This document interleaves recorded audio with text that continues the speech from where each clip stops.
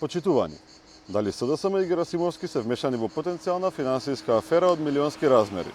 Паркинзи на општина Центар под раководство на кадри од СДСМ во 2024 година отпишале вкупно 2.221.000 денари долгови од физички лица, како и 912.000 денари долгови од компании.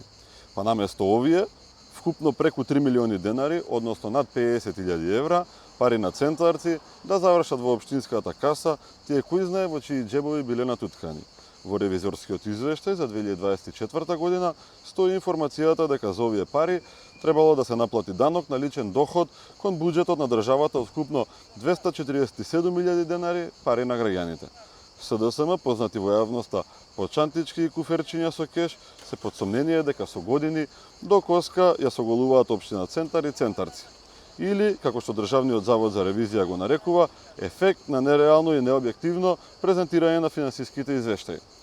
Се ова со одлука на управниот одбор на ПОЦ, кој има име и презиме, односно Александар Писинов, Дарко Конески, Никола Савовски, Оливер Тоновски, Маја Зрмановска и секако најповиканите директорот на паркинзи Душко Коцевски и градоначалникот Горан Герасимовски. Ете, овие луѓе, почитувани со граѓани центарци, се расфрлаат со нашите пари, како да се нивни лични.